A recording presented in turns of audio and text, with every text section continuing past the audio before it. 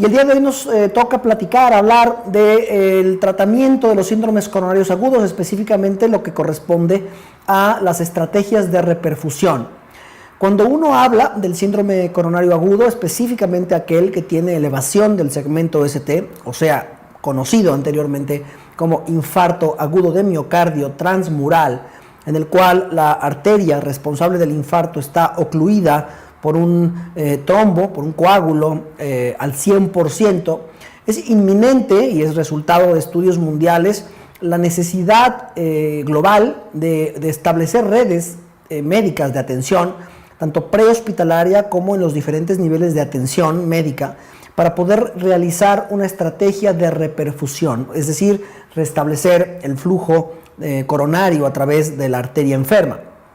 En el mundo, a partir de la década de los 90, finales y principios del año 2000, 2001, se desarrollaron proyectos muy interesantes en diferentes países de Europa que tenían por objetivo establecer cuál era la mejor estrategia para poder regresar el flujo coronario a una arteria infartada. Y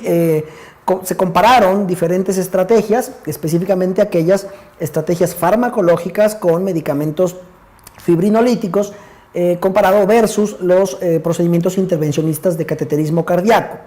Como todos sabemos, el realizar un cateterismo cardíaco tiene beneficios indudables sobre la trombolisis, la fibrinolisis, en el contexto de un infarto agudo con elevación del segmento ST. Pero logísticamente, pues la geografía en muchos países, el acceso a diferentes sistemas de atención de salud en otros países como latinoamericanos, por ejemplo, o algunos países en vías de desarrollo, pues hace muy complicado que podamos tener un acceso 24 horas, 7 días de la semana a un cateterismo cardíaco y una angioplastía coronaria. Estos estudios a nivel mundial compararon principalmente los resultados en mortalidad y en los diferentes endpoints primarios y secundarios de las estrategias de conservar a un paciente infartado en el lugar de llegada, en un hospital periférico, por ejemplo, contra la estrategia de mover al enfermo, de llevarlo a una sala de cateterismo en ambulancia, específicamente en una distancia aproximada de 100, 150 kilómetros o hasta 200 kilómetros. Entonces, los estudios que menciono a principios de la década pasada encontraron grandes resultados respecto a la estrategia de movilizar al enfermo. En otras palabras, le va mejor a un paciente que es trasladado a un cateterismo cardíaco siempre y cuando el tiempo de distancia o la distancia que exista entre el centro receptor y el centro que realizará la angioplastía coronaria es menor a una hora, hora y media y aproximadamente 150 kilómetros. Esto modificó radicalmente las estrategias de tratamiento del infarto o de atención al paciente con infarto en Europa.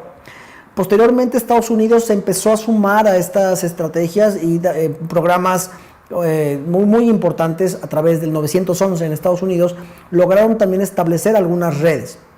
A la par, Europa comenzó de manera pionera a utilizar tratamientos fibrinolíticos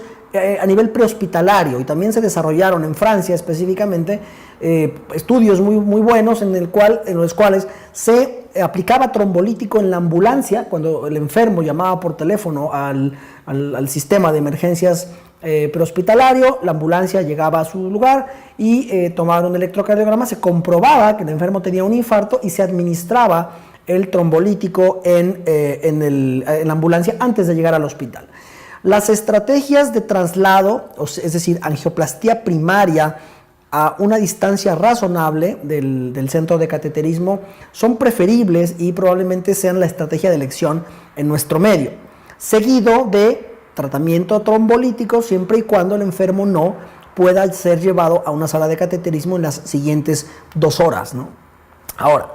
en los últimos años, después de que se ha demostrado que dar una dosis de carga de algún antiagregante plaquetario, específicamente clopidogrel 600 miligramos o prasugrel 60 miligramos o ticagrelor 180 miligramos, que son los agentes por el momento reconocidos,